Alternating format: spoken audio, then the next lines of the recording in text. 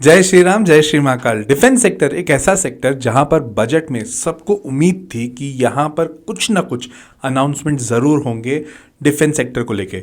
जहां पर capital expectation की उम्मीद थी, कहीं पर नए कॉन्ट्रैक्ट्स देने की उम्मीद थी, बट बजट में इसके ऊपर कुछ भी नहीं आया और साथ ही साथ सारे के सारे इन्वेस्टर्स काफ़ी निराश रहे। इन सब चीज़ के ऊपर क्या डिफेंस आगे बढ़ेगा या डिफेंस यहाँ पर ख़त्म हो जाएगा सेक्टर, इन सब के ऊपर डिटेल एनालिसिस वीडियो हम आपके सामने रख रहे हैं। But please make sure it is not a buying और सेलिंग रिकमेंडेशन। अगर आपको वो चाहिए तो आप अपने फाइनेंशियल कंसल्टेंट से बात करके फिर ही कोई डिसीजन लें। और अगर आपको मेरा वीडियो और कंटेंट अच्छा लगता है तो लाइक कर दीजिएगा और सब्सक्राइब कर दीजिएगा चैनल, और बताइएगा कि कौन से सेक्टर के ऊपर या कौन सी कंपनी के ऊपर आपको डिटेल्ड एनालिसिस वीडियो चाहिए। मैं ज़रूर बनाऊंगा। एज यूजुअल जब भी मैं कोई अपना वीडियो बनाता हूं तो उसको कुछ चैप्टर्स में कवर करता हूं। इसको भी हमने 4 चैप्टर्स में कवर किया है ताकि वो बेटर अंडरस्टैंडिंग के लेवल पर आपको ले जाए। सबसे पहला जो चैप्टर रहेगा that is no announcement in the budget. तो ऑटोमेटिकली एक तो उसके ऊपर हम डिटेल्ड बात करेंगे।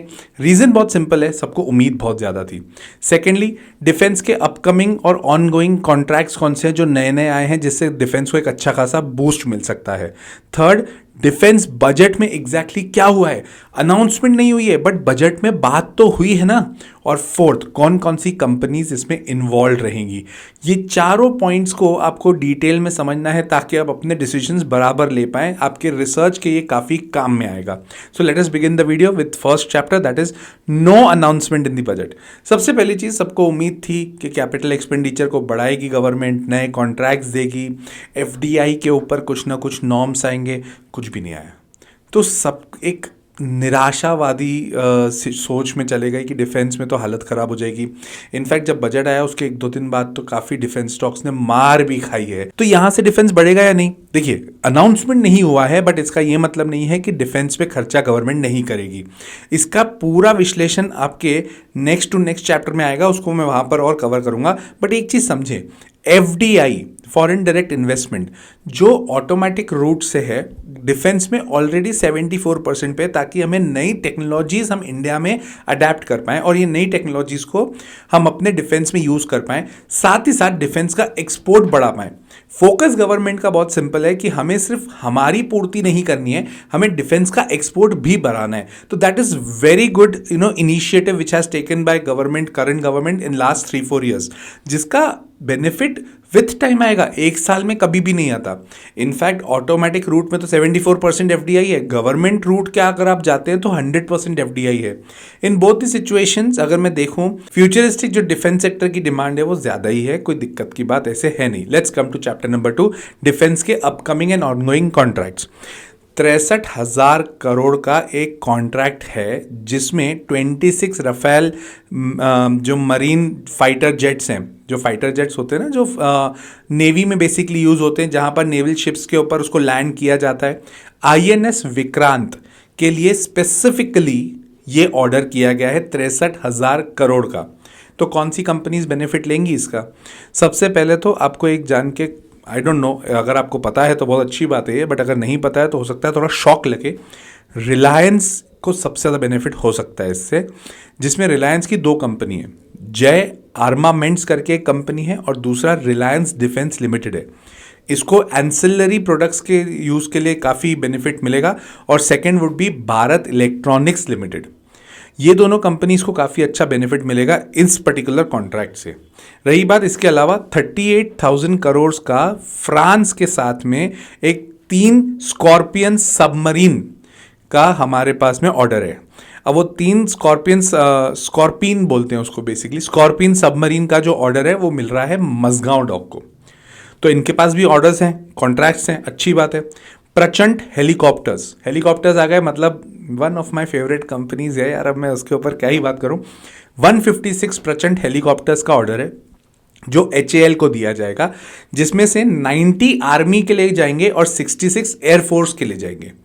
थिंक अबाउट इट, अगर गवर्नमेंट डिफेंस के ऊपर खर्चा नहीं करेगी, बजट में अनाउंसमेंट नहीं किया, इसका ये मतलब नहीं होता है कि डिफेंस का सेक्टर खराब हो जाएगा।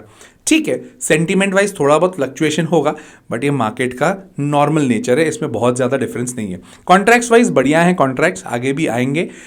इनफैक्ट देखा जाए तो बजट में अनाउंसमेंट नहीं भी किया तो कोई बात नहीं, बट कितने सारे ऑर्डर्स तो विद इन द ईयर, जो पिछले साल था 24-25, उसमें ही कितने सारे ऑर्डर्स बीच बीच में आ गए। जब भी डिफेंस सेक्टर में एक स्पाइक दिखता था, वो क्यों दिखता था? बिकॉज इस तरह के ऑर्डर्स आ रहे थे सामने।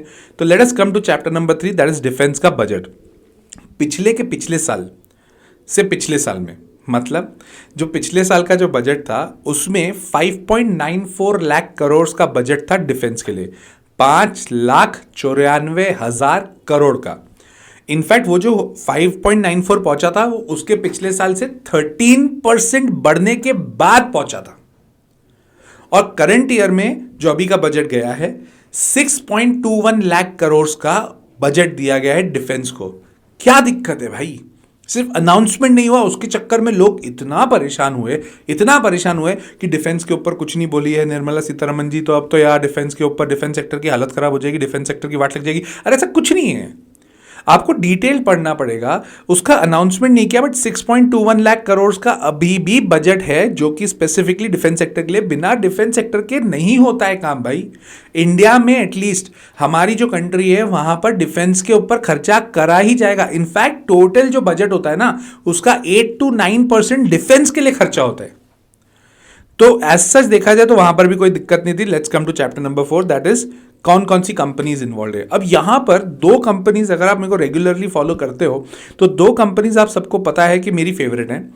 One is Hindustan aeronautics limited, जिसको प्रचंड हेलीकॉप्टर्स का ऑर्डर मिला है, and second Bharat electronics limited. ये दोनों कंपनीज मेरी पर्सनली बहुत फेवरेट कंपनीज है, क्योंकि फंडामेंटल एनालिसिस इनका मैंने अच्छे से किया हुआ है, टेक्निकली भी ठीक लगते हैं मेरे को, कोई कंपनी दिक्कत नहीं है। पर ये कोई बाइंग सेलिंग रिकमेंडेशन नहीं है, मैं सिर्फ आपको कनेक्ट कर रहा हूँ कि ये वाला जो बजट है और इस लेवल पे आगे जाके कौन सी कंपनीज का फ्यूचर ब्राइट दिखता है, उन सब चीज़ों के ऊपर बात कर रहे हैं हम लोग। रही बात इसके अलावा मजगांव डॉक, क्योंकि मजगांव डॉक को कंटिन्यूस ऑर्डर्स मिल रहे हैं और फ्यूचरिस्टिक भी कंपनी ब्राइट लगती है।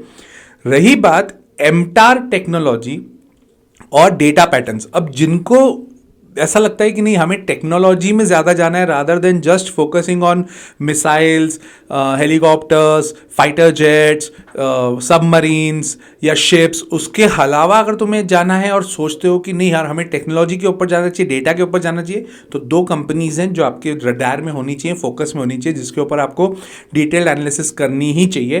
दैट इज एमटार टेक्नोलॉजीज और डेटा पैटर्न्स।